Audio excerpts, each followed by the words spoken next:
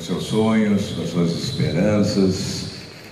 Agradecimento especial aos prefeitos do Paraná que me acolheram na chegada, e são muitos, mas extensivo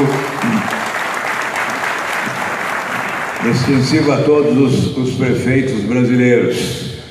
Eu creio que o que se discute aqui, na síntese, é a refundação da República, porque nós temos uma república que mais se parece com o império, uma minoria que chega ao poder, vale-se do esforço coletivo da nação, especialmente dos municípios brasileiros, para concentrar recursos, preservar privilégios e elitismos.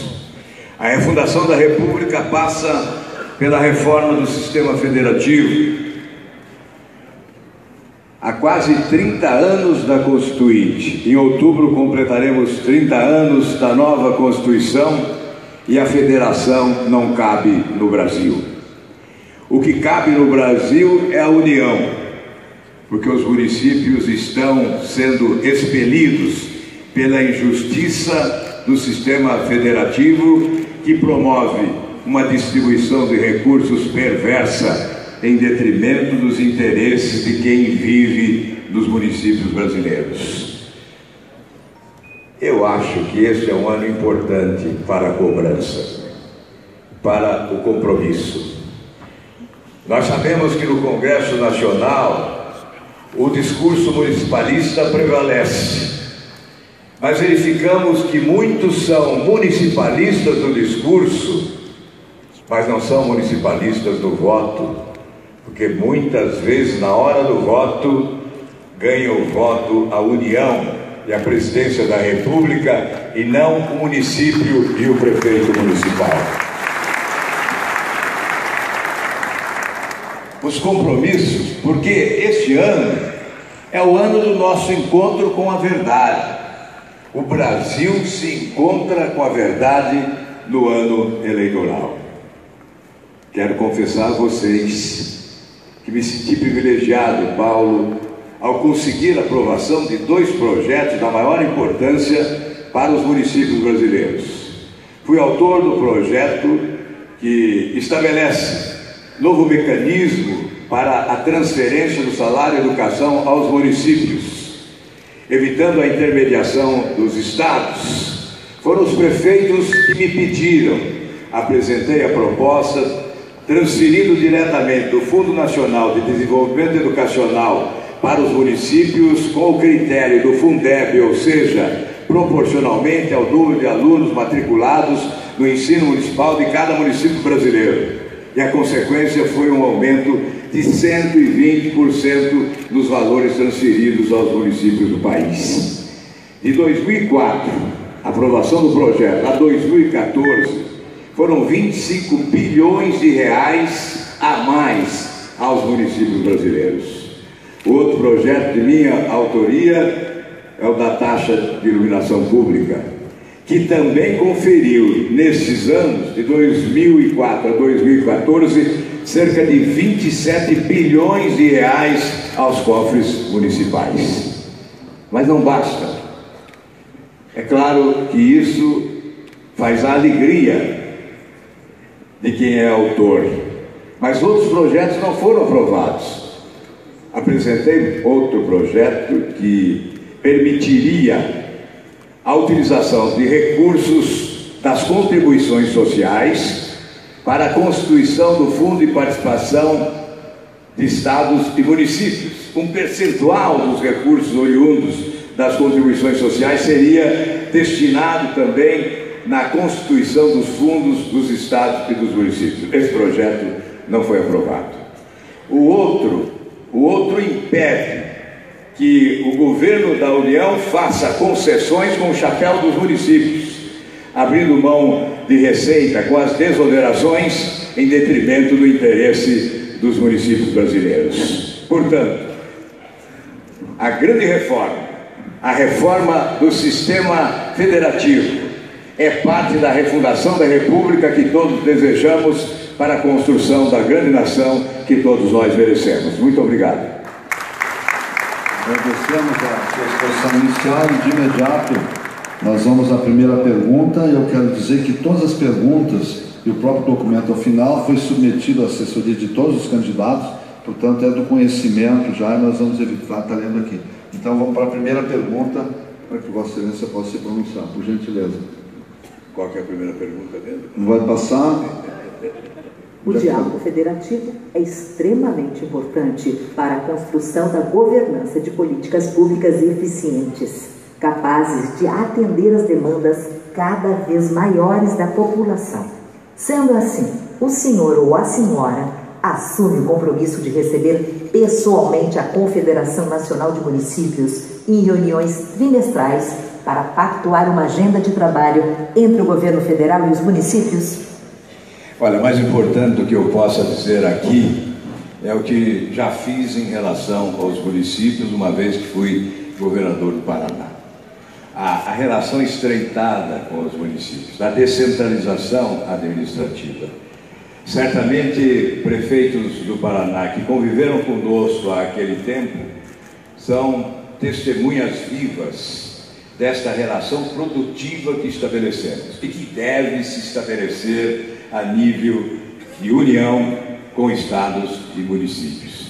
Eu poderia citar muitos dos programas realizados com sucesso, mas vou citar 3 apenas daquele período.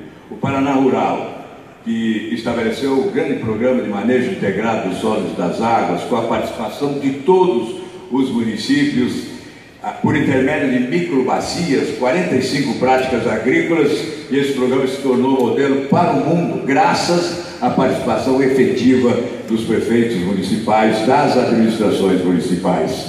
Outro programa, o Paraná Urbano, nós criamos o Banco Municipal, que rende frutos até hoje. Buscamos recursos do Banco Mundial, criamos um Banco Municipal que abastece o município na realização de obras importantes para a população. O outro, o Gralha Azul, da mesma forma, os municípios escolhiam a obra e o governo bancava a sua execução sob gerência do prefeito municipal. É claro que nós vamos ouvir, é claro que nós vamos atender. E mais do que isso, além de ouvir a cada 3 meses, como se propõe, nós vamos criar um conselho de prefeitos, conselho consultivo de prefeitos, integrado por 10 prefeitos que serão escolhidos por vocês, para mensalmente ouvi-los, a fim de que as decisões do governo da União guardem estreitada relação com o interesse das administrações municipais.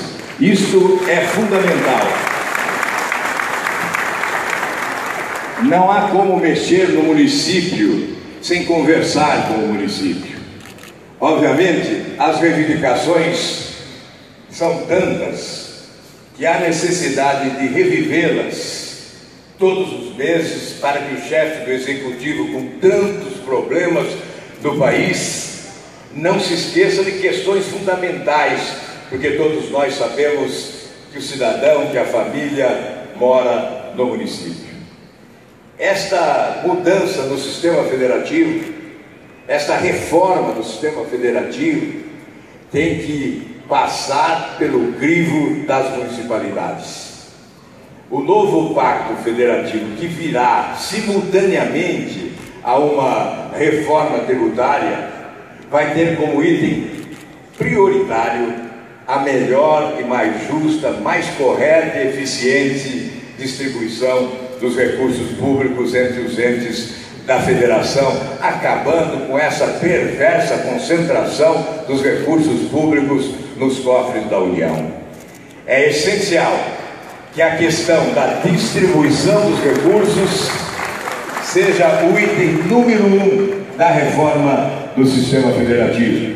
E para concluir, já que o tempo se esgotou, se nós queremos, como prego, a refundação da República, não podemos ignorar a importância da reforma do sistema federativo. Muito obrigado.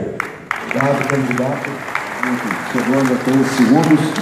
De imediato, vamos passar para a segunda pergunta. Por gentileza, podem fazer a formulário através do expositor.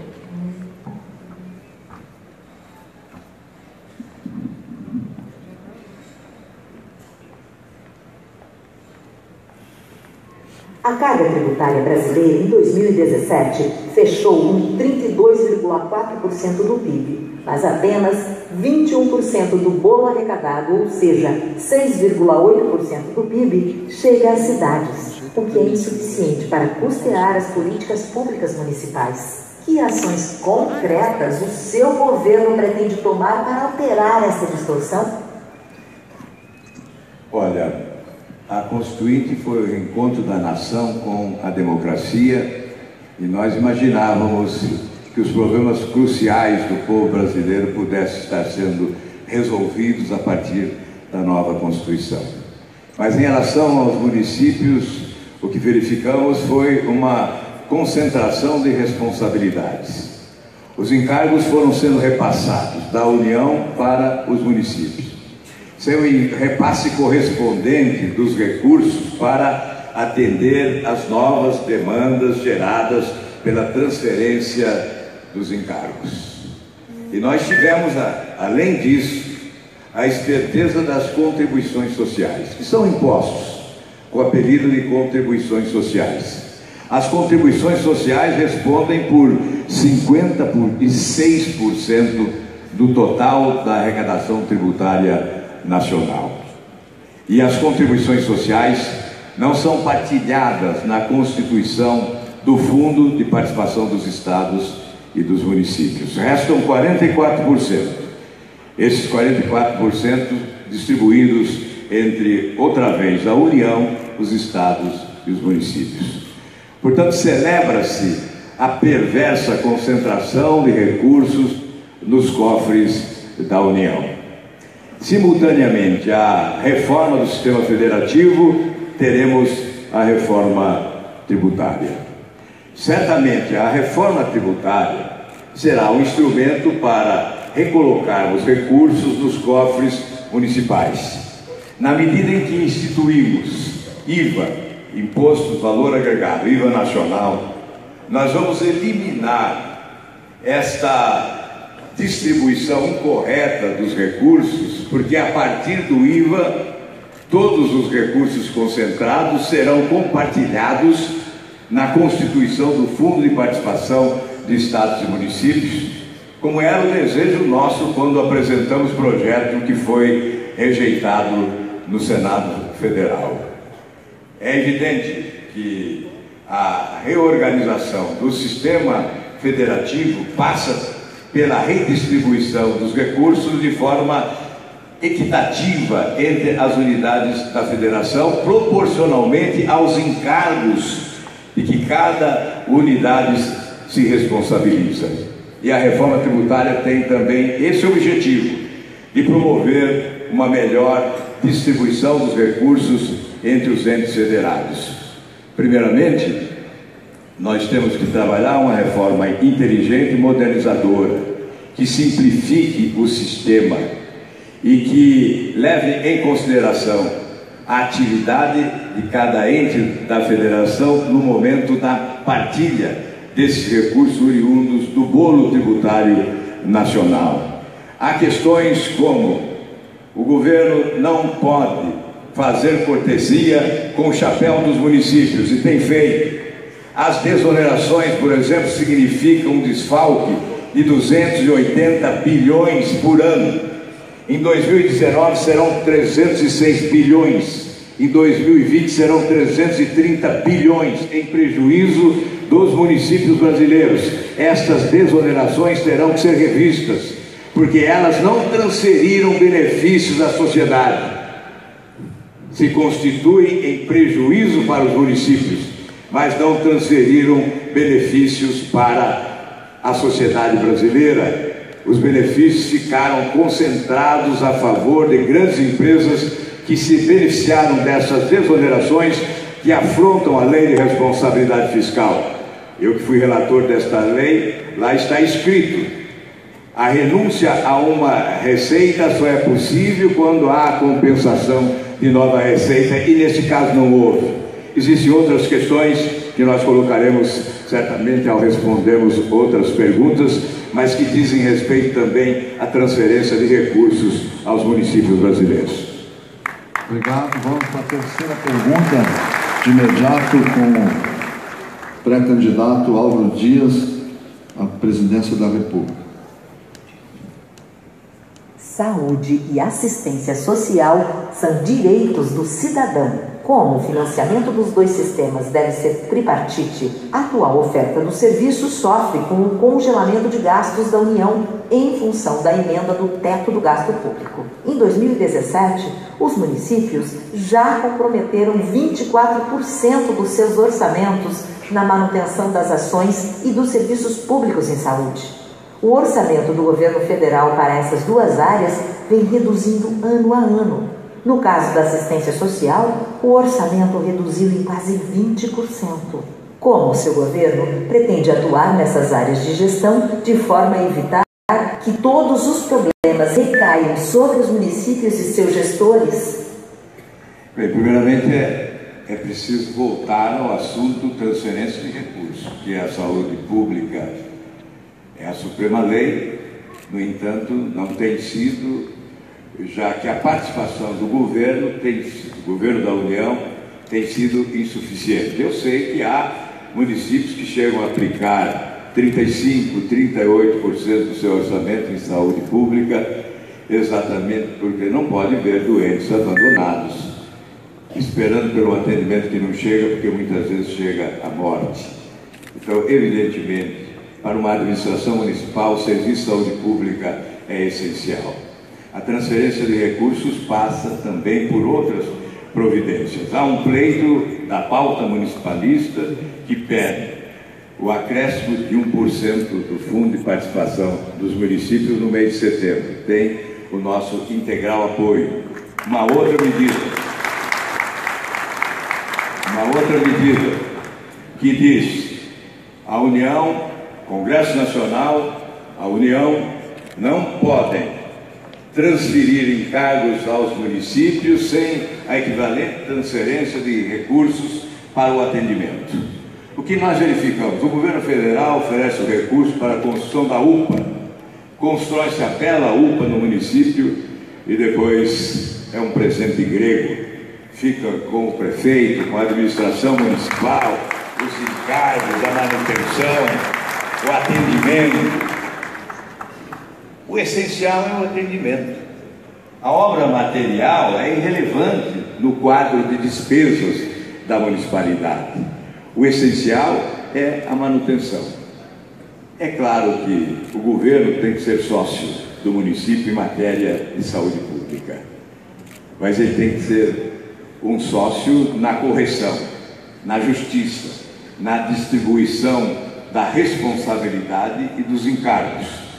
Há algum tempo o Banco Mundial fez uma pesquisa sobre o serviço de saúde pública no Brasil e constatou que o grave problema é o desperdício, é falta de planejamento, é falta de gestão.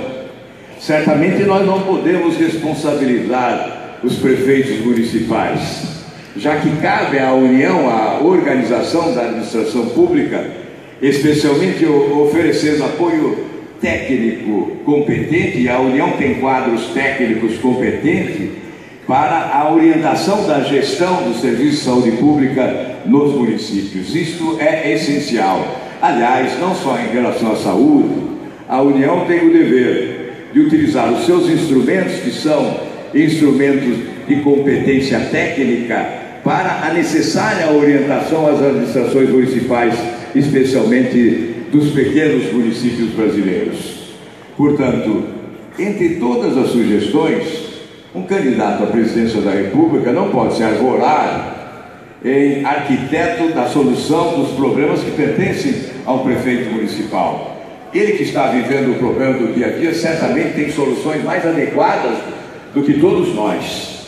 No entanto, há necessidade da saúde preventiva, a necessidade de valorizar o médico de família, e nós queremos também instituir o médico federal, que é uma ideia do senador Caiado, projeto que tramita inclusive no Congresso Nacional, que cria a carreira do médico federal, que atenderia nos municípios mais distantes, nos municípios mais desprotegidos do serviço de saúde pública, porque é claro que médicos preferem exercer a sua atividade em municípios maiores, em centros urbanos mais avançados. Portanto, a criação do médico federal seria uma iniciativa sugerida pelo senador Caiado, que certamente contribuiria para melhorar o serviço de saúde pública nos municípios mais distantes desse país.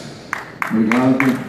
Vamos para a quarta pergunta, em sequência.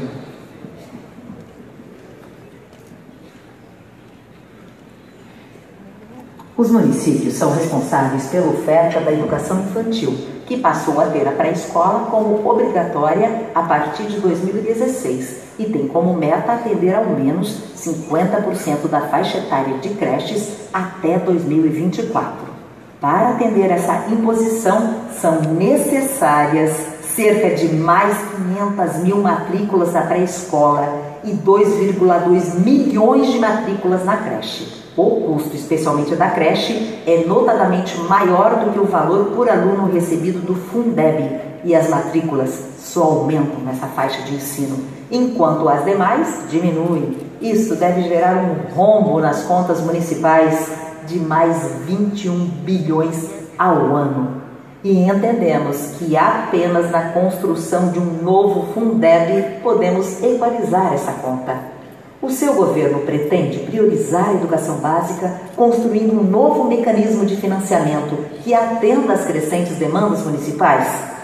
Olha, coincidentemente eu fui o relator final do Plano Nacional de Educação no Senado Federal, apresentei 103 emendas à proposta original, 50 delas foram aprovadas. Se esse Plano Nacional de Educação estivesse sendo cumprido, estivesse sendo executado, nós estaríamos dando um salto de qualidade em matéria de educação no nosso país. Mas, a exemplo do que ocorre em outros setores, nós elaboramos as leis, supostamente para o bem, no combate ao mal. Mas muitas vezes as leis que nós elaboramos são ignoradas.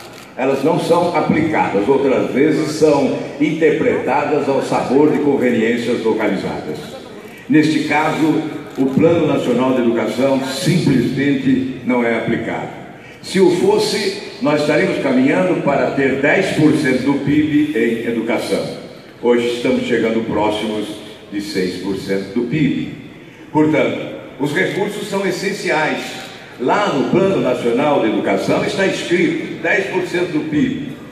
Incentivo, prioridade para a educação infantil, prioridade para o ensino fundamental, com o ensino integral, com foco especialmente no ensino técnico, formação, qualificação, ascensão do professor, valorização salarial do professor. Até o 5º ano os professores deveriam estar recebendo salário equivalente aos seus colegas de formação acadêmica, como advogado, engenheiro, médico.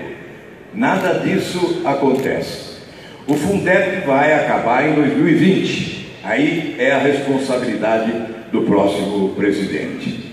Nós vamos ouvir a sua associação, nós vamos ouvir os prefeitos do Brasil para a elaboração de um novo Fundeb, um novo fundo que transfira recursos diretamente aos municípios, sem essa passagem por fundos estaduais, que retardam a transferência aos municípios e muitas vezes os recursos são repassados defasadamente.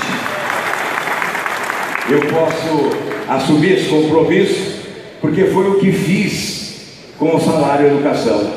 O salário de educação era transferido inicialmente ao governo do estado, que retinha durante 6, 7 meses e repassava aleatoriamente, sem nenhum critério técnico definido, com prejuízo para os municípios. Por isso que a partir do nosso projeto sancionado no final de 2003, nós passamos a ter um aumento de 120% dos recursos do salário de educação. Então, vamos instituir um novo Fundeb a partir de 2020, mas certamente com normas estabelecidas que signifiquem justiça distributiva. Os recursos são escassos no país, os problemas são imensos, o Brasil mergulhou num oceano de dificuldades, Nós temos que aplicar com correção, inteligência e parcimônia cada centavo do dinheiro público. E o Fundeb, especialmente em relação à educação, é um mecanismo fundamental de financiamento para que as prefeituras municipais possam administrar a educação da sua responsabilidade. Obrigado. Já sobrou para o próximo espaço um pouquinho mais. Vamos chegar agora, senhor, ainda temos 25 segundos para usar no próximo. Se pudesse complementar quanto à creche, porque ela é muito cara em relação ao ensino secundário. Eu creio que nós temos que rever os orçamentos. Bom, então vamos passar para outra pergunta. A creche pode ser construída pelo município, mas há que se assumir responsabilidade da parte do governo da União, e essa revisão dos orçamentos deve levar em conta as prioridades: educação infantil, educação fundamental e, em terceiro lugar, o ensino superior. É evidente, sem excluir a responsabilidade em relação ao ensino superior, nós temos que priorizar a educação infantil e o ensino fundamental, aliás, que estão sob responsabilidade dos municípios brasileiros. A revisão dos orçamentos, portanto, é prioridade. Vamos para a última pergunta, senador e pré-candidato. Saneamento básico é um problema de saúde pública, sob responsabilidade dos municípios, no que diz respeito à cobertura de tratamento de esgoto, de coleta de lixo e de abastecimento de água. O custo para universalizar esses serviços ultrapassa os 300 bilhões, o que levaria mais de 100 anos no atual ritmo de investimentos. Ademais, encerrar os lixões é hoje uma das exigências em que os prefeitos mais estão sendo criminalizados. Qual a política do seu governo para apoiar os municípios no processo de encerrar os lixões no Brasil? Quais políticas públicas serão implementadas para a área de saneamento no seu governo? Olha, eu tenho que andado pelo Brasil e tenho visto as extraordinárias potencialidades econômicas da nossa pátria. Não me conformo em ver 100 milhões de brasileiros sem acesso ao esgoto tratado, 35 milhões de brasileiros sem acesso à água tratada, 17 milhões de brasileiros sem acesso à coleta de lixo.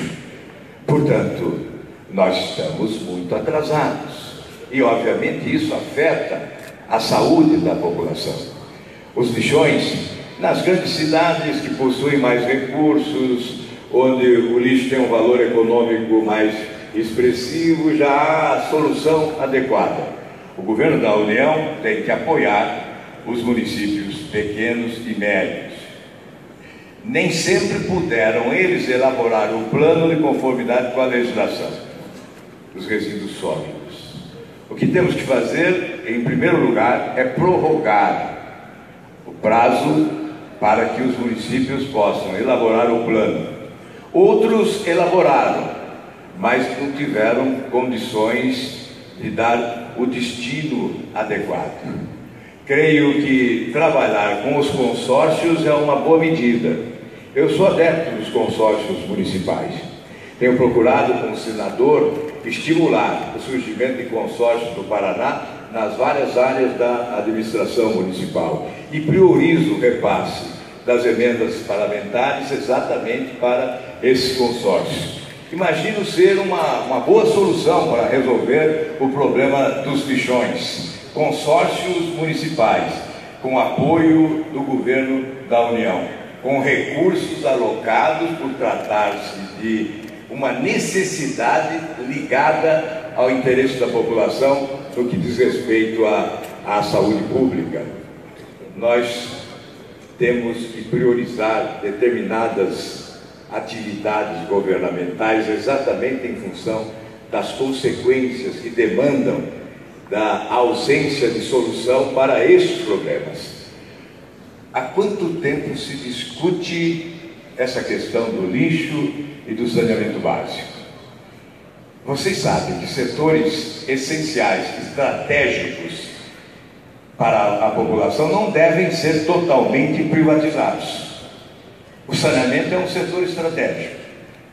No entanto, em razão das dificuldades financeiras do Estado brasileiro, há que se admitir a necessidade de uma competição do setor público e do setor privado na área de saneamento básico. Não podemos abrir mão de empresas estatais competentes de saneamento, que pode se constituir em exemplo e inclusive em parâmetro para a fixação de tarifas. Mas podemos estabelecer a competição para que o setor privado possa investir nesta área de saneamento básico, buscando a solução que o Estado não encontra. O Estado se considera impotente para solucionar. Evidentemente, nós temos que buscar alternativas e certamente a participação do setor privado é uma alternativa importante e certamente eficiente, que obrigará o Estado a investir mais. A limitação dos investimentos dos últimos anos, e olha que nós tivemos o crescimento da dívida pública de forma exorbitante, mas ela cresceu não pelos investimentos. Se a dívida pública tivesse crescido em razão de investimentos realizados, o Brasil teria se tornado um país do primeiro mundo. Mas a dívida pública cresceu em razão das taxas de juros que apenas beneficiaram o sistema financeiro nacional e internacional. Os investimentos produtivos devem substituir essa ganância do sistema financeiro para que nós possamos resolver problemas emergentes e problemas antigos que pesam sobre os nossos ombros por décadas ou até por séculos no nosso país. Bom, agora, senador e pré-candidato, o senhor tem de 5 minutos para as considerações finais, os temas e os assuntos que entender pertinente para ser colocado. Por mais 5 minutos. Olha, eu tenho tido a oportunidade, depois que assumi essa missão, de propor a refundação da República, a substituição desse sistema como caminho para a construção de uma grande nação. Eu tenho tido a oportunidade de viajar Brasil afora e fico até emocionado de ver belezas naturais fascinantes que encantam a humanidade, de ver potencialidades econômicas incríveis que provocam inveja em países do primeiro mundo. Mas fico perturbado de ver esse contraste gritante entre a riqueza de um lado e a pobreza imensa do outro. Nós temos 52 milhões de brasileiros abaixo da linha da pobreza. Nós que somos prefeitos, que somos deputados estaduais, vereadores, deputados federais, senadores e presidente da República, temos que pedir perdão ao povo brasileiro.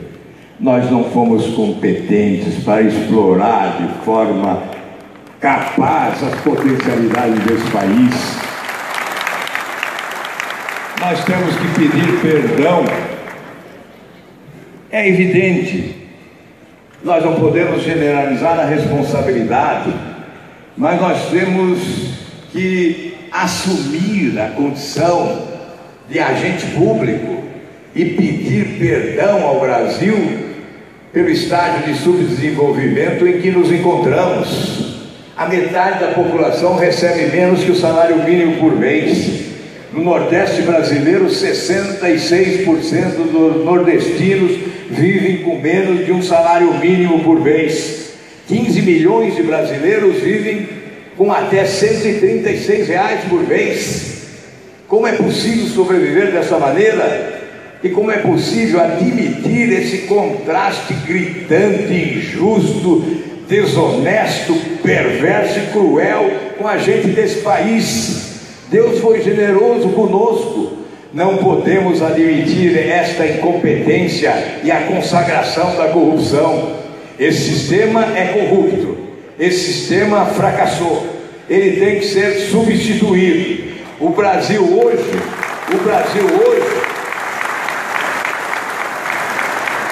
hoje não está dividido entre esquerda e direita.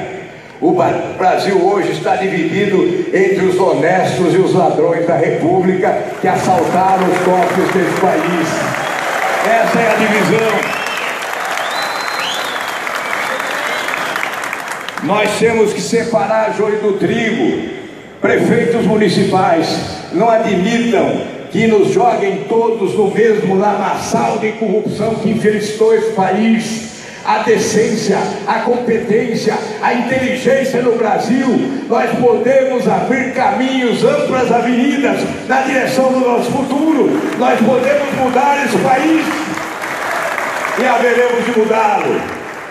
Vamos reviver a fé perdida nas estradas da decepção. Vamos ressuscitar as esperanças sepultadas sobre os escombros da incompetência e da corrupção de instituições públicas que foram destruídas pelos incompetentes e corruptos.